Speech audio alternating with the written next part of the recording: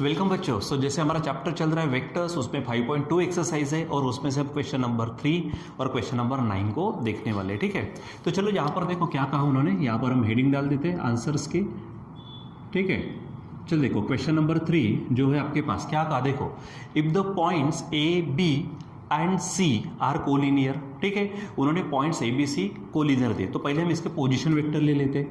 Late क्या बोलेंगे हम, vector A, vector B, vector C, क्या है ये, be the position vectors of A B C respectively. ठीक है, इनके क्या है ये पोजीशन वेक्टर्स है। ठीक है, तो चलो इनको पहले लिख लेते हैं। वेक्टर ए क्या होगा, देखो क्योंकि ए के पॉइंट्स है ये कोऑर्डिनेट्स है 3 0 p, मतलब 3i, अब 0 यानी j उसको छोड़ दो, ये p k बन जाएगा। ठीक है, फिर दूसरा वेक्टर b जो है वो यहाँ से मिलेगा -1 मतलब i, प्लस ये q है तो q के साथ होगा j, प्लस ये 3 है उसके साथ होगा k।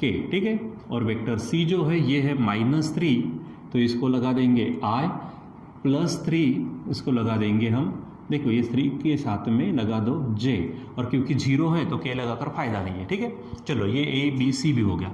अब उन्होंने कहा है कि ए बी सी कोलिनियर है। दूसरी बात, देन फाइंड द रेशो। देखो अभी तक हमको रेशो दिया जाता था m/n, लेकिन हमको क्या अभी रेशो ही नहीं दिया, रेशो ही पूछा है। Find the ratio in which C divide segment A B. ठीक है, तो सेगमेंट ए बी को क्या करता, वो डिवाइड करता, तो आपको वो रेशो निकालना है। ठीक है, तो ले लेते, सपोज क्या बोलेंगे हम, suppose the point C divides segment A B in the ratio. ठीक है, m/, देखो बच्चों हम m/n लेते हैं ना, आप यहाँ पर क्या करो, थोड़ा जल्दी निकलने को ना आंसर, इसलिए m/1 ले लेना। ठीक है, चलो अब यहाँ पर हेडिंग डालेंगे by section formula for internal division. ठीक है, फॉर इंटरनल डिवीजन के लिए सेक्शन फार्मूला। तो चलो बोलो क्या है, देखो C डिवाइड कर रहा है किसको, ए बी को। ठीक है, यानी क्या हो जाएगा, ये जो रेशो है m/n, तो m लगेगा b को और 1 लगेगा a को, यानी vector C, position vector of C is equal to क्या होगा, m into position vector of b plus 1 into position vector of a upon m+n रहता, तो अभी हमारा क्या होगा m+n। हमने सपोज में लिया m/n, इस रेशो में कर रहा हूँ। ठीक है, चलो अब इसको आप सॉल्व करो। देखो ये c है, तो c के जो पोजीशन वेक्टर रखो, तो -3i प्लस 3j। ठीक है, इज इक्वल टू, ये m है तो m रहने दीजिए, मालूम नहीं हमको। b जो है b यहाँ से रखिए, तो vector i plus qj plus 3k। ठीक है, प्लस 1 इंटू, अब रखेंगे हम a, तो a है 3i प्लस pk। ठीक है, ये ध्यान में रखो बराबर। ठीक है, और अपॉन m+n, ये वैसा ही रहने दो। ठीक है, हो जाएगा इस तरह से। अब हम क्या करेंगे, इसको सॉल्व करते हैं। तो ये जो m+1 है इसको आप इधर ट्रांसफर कर दो, तो ये होगा m+1। ठीक है, इंटू यहाँ पर क्या है -3i प्लस 3j। ठीक है, इज इक्वल टू, अब यहाँ पर हमको सॉल्व करना पड़ेगा। ठीक है, तो देखो ये m है, तो i के साथ इधर में कौन है, 3 1 जा 3, यानी यहाँ पर बनेगा m+3, साथ में रहेगा i। ठीक है, फिर ये q है हमारे पास में, तो ये qm होगा।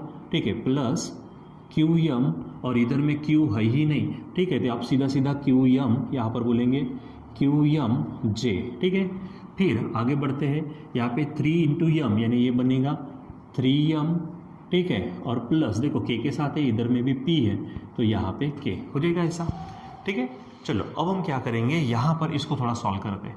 ठीक है, और उधर में भी देखो क्या होगा, यहाँ पे -3। ठीक है, यहाँ पे देखो क्या हो जाएगा हमारे पास में -3m+1i। ठीक है, -3m+1i, और ये 3 है। ठीक है, यानी क्या हो जाएगा 3m+1, और ये होगा j इज इक्वल टू, उधर में फिर से देखो क्या है m+3। ठीक है, i प्लस यहाँ पर देखो क्या है qm, और यहाँ है j। ठीक है, प्लस उधर देखो क्या है 3m 3m प्लस p और साथ में k, ठीक है। अब यहाँ पर ये चीज़ और ये चीज़ इक्वल है, यानी हेडिंग डालेंगे यहाँ पर क्या, बाय इक्वेलिटी ऑफ वेक्टर्स, क्या कहेंगे यहाँ पर, बाय इक्वेलिटी ऑफ वेक्टर्स, ठीक है। तो यहाँ पर करना क्या है, आई के साथ में जो है आई को कंपेयर करो, जे को कंपेयर करो, के को कंपेयर करो। तो देखो यहाँ आई के साथ ये पोर्शन है और यहाँ ये चीज़ है, यानी क्या हो जाएगा -3, ठीक है। अब इसको मल्टीप्लाई करके भी ले सकते यम, ठीक है, मैं मल्टीप्लाई कर ही देता हूँ, यानी क्या हो जाएगा -3 इज इक्वल टू, इधर में क्या होगा m+3, ठीक है। फिर यहाँ से हमको यम की वैल्यू मिल जाएंगे, ठीक। तो इसको मैं इक्वेशन 1 नाम दे देता हूँ, ठीक। फिर यहाँ पे j के साथ qm है, इधर में j के साथ ये है, मतलब 3m+1 is equal to qm, ये इक्वेशन 3 सेकंड समझो। और क्योंकि इधर में k नहीं है तो 0 होगा, इधर में k क्या है ये, मतलब क्या होगा 3m+p इज इक्वल टू 0, ये इक्वेशन समझो 3, ठीक है।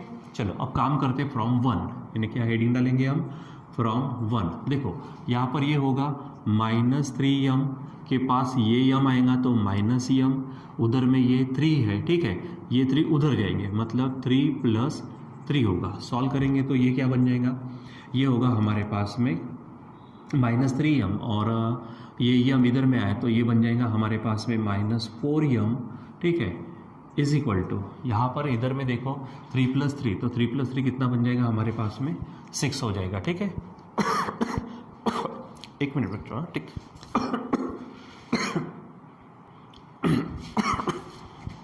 ठीक है बच्चों। तो जैसे यहाँ पर अब हम सॉल्व करते हैं तो m = 6/4 आ जाएगा, ठीक है। तो यहाँ पे स्पेशली बच्चों आपको देखना है यहाँ पर कि यहाँ पे प्रॉब्लम कुछ हो चुके हैं, ठीक है, क्योंकि हमारे पास में ये जो चीज़ है, तो यहाँ पर हमारे पास देखो पॉइंट देखो कौन सा है, ए हमारे पास 30p है, 30 यानी j नहीं है तो p, ठीक है। उसके बाद में b -1 q और 3 है, तो b -1 चाहिए बच्चों, यहाँ पर हमारे पास में क्या चाहिए था, -1 चाहिए, ठीक है। तो अगर ये b माइनस है तो यहाँ पर भी हमारे पास में क्या हो जाएगा माइनस, ठीक। चलो अब यहाँ पर अगर हम इसको सॉल्व करते बराबर तो हमारे पास में क्या आ जाएगा, ठीक है, यम यहाँ पर जो होगा वो हमारे पास में होगा माइनस, ठीक। अब यहाँ पे -m है तो यहाँ पर भी क्या होगा हमारे पास -m, इसको सॉल्व करेंगे तो यहाँ पे भी हमको मिलेगा वो -m, ठीक है। तो ये थोड़ा सा आप इसको बराबर अच्छे से सॉल्व करिए। अब ये यम जब इधर आएगा, देखो यहाँ से हम काम करेंगे, यम जब इधर आएगा तो हमारे पास में क्या हो जाएगा, ये प्लस हो जाएगा, ठीक है। तो अब यहाँ पे अगर हम बात करते तो हमें जो मिलने वाला है वो क्या है कि -3m + m is equal to बनेगा ये -2m और इज इक्वल टू 6, इसलिए m इज इक्वल टू बन जाएगा 6/-2, ठीक है। सो m इज इक्वल टू हमारे पास में आएगा -3, ठीक है।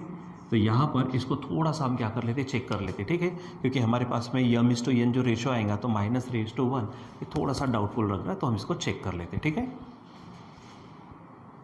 देखो बच्चों हमारा आंसर तो यहाँ पर यही आता है, लेकिन यहाँ पर हमारे पास में जब कभी भी मान लीजिए कि रेशो में एक आधा नंबर अगर नेगेटिव आता है तो वहाँ पे एक्सटर्नल डिवीजन का कंसेप्ट होता है, ठीक है। इसलिए मैंने कहा कि यहाँ पे जो डाउटफुल केस है हमारे, ठीक है, तो यहाँ पे हमने ऑलरेडी जो हेडिंग डाली हुई है section formula for internal division, तो यहाँ पर ऐसे आप क्या ना स्टार्टिंग में ना हेडिंग ना डालो, ठीक है, सिंपली आप क्या डालेंगे यहाँ पर बाय सेक्शन फार्मूला, ठीक है। और क्योंकि ये निगेटिव आया तो यहाँ पर वो वाक्य आप कंप्लीट करेंगे कि इंटरनल डिवीजन है कि एक्सटर्नल डिवीजन है, ठीक है। और इसलिए बोलेंगे, ठीक है, क्या बोला था उसने, C डिवाइड्स AB, तो यहाँ पे कंप्लीट करके लिखो, सो C डिवाइड्स AB एक्सटर्नली। आप क्या बोलेंगे, जब भी देखो अगर एक आधा नंबर उसमें से माइनस आता है तो आप क्या लेंगे वहाँ पर एक्सटर्नल डिवीजन, ठीक है, यानी C divides AB externally in the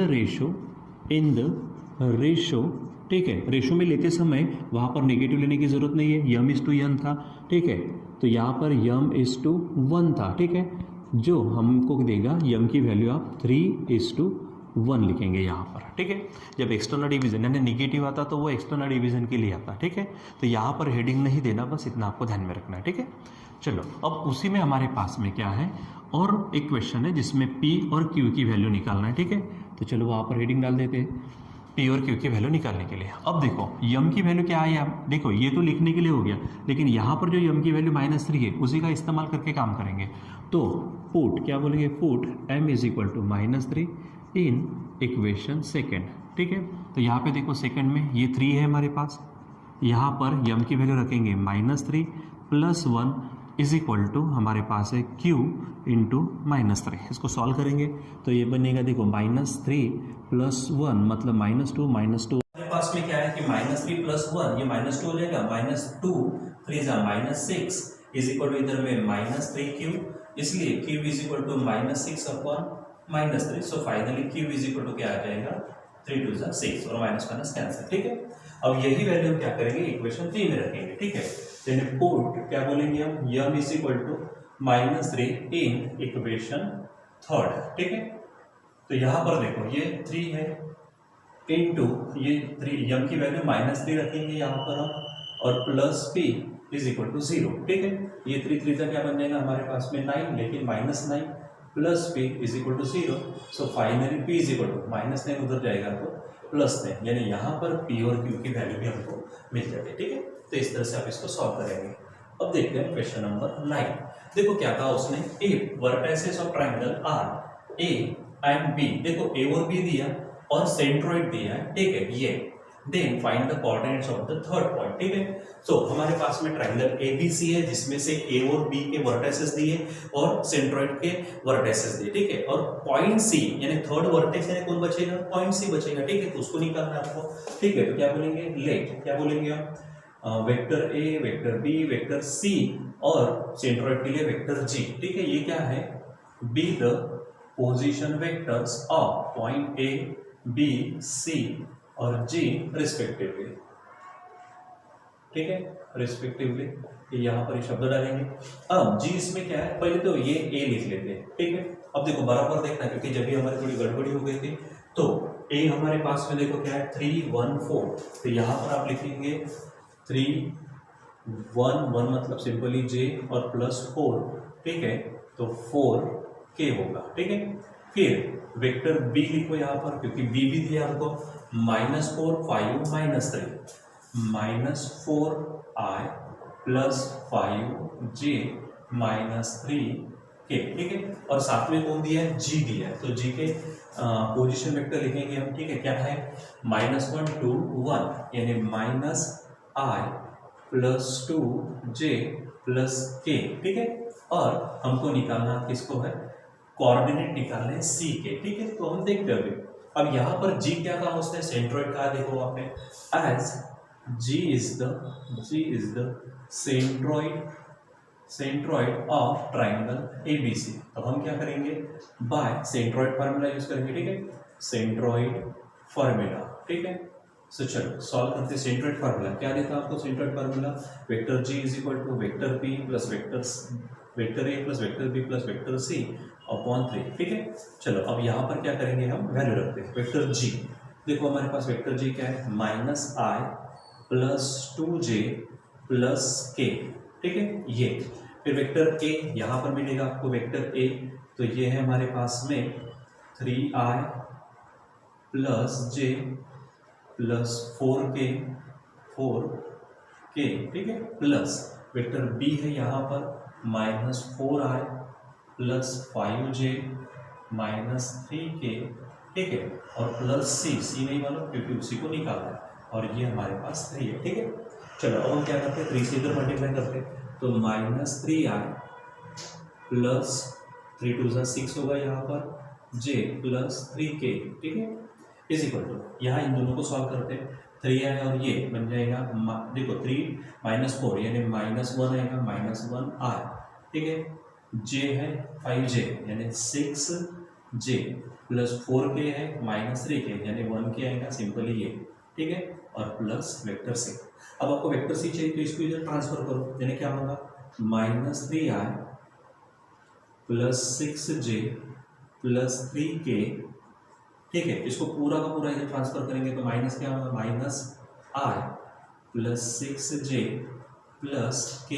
ठीक है, is equal to vector C. अब इसको सॉल्व करो, देखो यहाँ पे साइन चेंज हो जाएंगे, तो -3 ये माइनस माइनस प्लस, तो 3 + 1 ठीक है। सो डायरेक्ट लिखेंगे c इज इक्वल टू -3 + 1 यानी बन जाएगा -2i। देखो क्योंकि माइनस माइनस प्लस होगा +1, ठीक है। अब ये 6 है, 6 यहाँ पर ये -6 हो जाएगा तो +0 0 होगा। ये 3k है, 3k -k तो +2 के आएगा यहाँ पर, ठीक है। अब ये आएगा तो यहाँ से हमको कोऑर्डिनेट्स मिल जाएंगे, तो c के कोऑर्डिनेट्स लिखेंगे हम -2 0 और 2, ठीक है। तो बच्चों इस प्रकार से हमको क्या मिलेंगे, इसके कोऑर्डिनेट्स मिलेंगे। तो बच्चों यहाँ पर थोड़ा सा हमारी स्टार्टिंग में लिखने में थोड़ा सा यहाँ पर कुछ गड़बड़ी हो गई। यहाँ पर हमारे पास में इंटरनल डिवीजन नहीं लिखना था, डायरेक्ट सॉल्व करना और पॉजिटिव नेगेटिव के अनुसार फिर उसको क्लोजिंग स्टेटमेंट को आपको देना, ठीक है। तो इस तरह से इन क्वेश्चंस को क्या करेंगे, आप सॉल्व करेंगे। ऐसे ही हमारे सॉल्व एग्जाम्पल बिजनेस एक्सरसाइज में और खुद इस एक्सरसाइज में अगर कुछ प्रश्न आते हैं, क्वेश्चन आते हैं तो आप उसको क्या करिए, सॉल्व करें, ठीक है। बाकी हम कंटिन्यू करेंगे बाद में। Till then bye.